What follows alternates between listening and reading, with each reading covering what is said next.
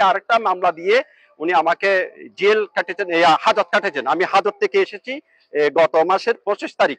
আমি এখন আবার আমি যখন এই মামলা আমার বিপক্ষে যখন ইয়া দেন, কানুঙ্গ মহোদয় যখন আমার বিপক্ষে দেন, উনি টাকার কারণেই দিয়েছেন, কারণ উনি টাকা সঠিক মতো টাকা পান নাই, সেই কারণেই উনি আমার বিপক্ষে রিপোর্ট দিয়েছেন কিনা, কখন নোটিশ যাবে, শুনানি হবে, এটা তদন্তের জন্য আসছিলাম।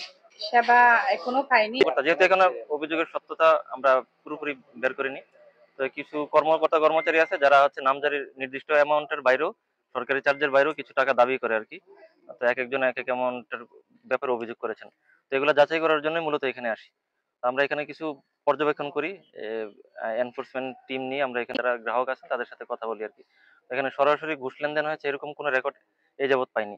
তো যেসব বিষয়ের উপর অভিযোগ ছিল ওইসব বিষয় সম্পর্কিত আমরা এই যে এখানে আমরা নথি সংগ্রহ করেছি, এই নথিটা হচ্ছে এখন আমরা অফিসে গিয়ে আমরা এনফোর্সমেন্ট টিম এটা যাচাই করবো আর কি। যাচাই করার পরে যদি কোনো সন্দেহজনক মনে হয় এবং যদি মনে হয় যে এটাতে কোনো প্রবলেম না থাকার পরও আটকে আছে এরকম কিছু মনে হয়, তখন এটার উপর ভিত্তি করে আমরা রিপোর্ট দিব। সত্যতা পাওয়া গেছে কি পাওয়া যায় নাই এটার উপর ভিত্তি করে আমরা পরবর্তীতে এনফোর্সমেন্ট রিপোর্টটা দিব আর কি।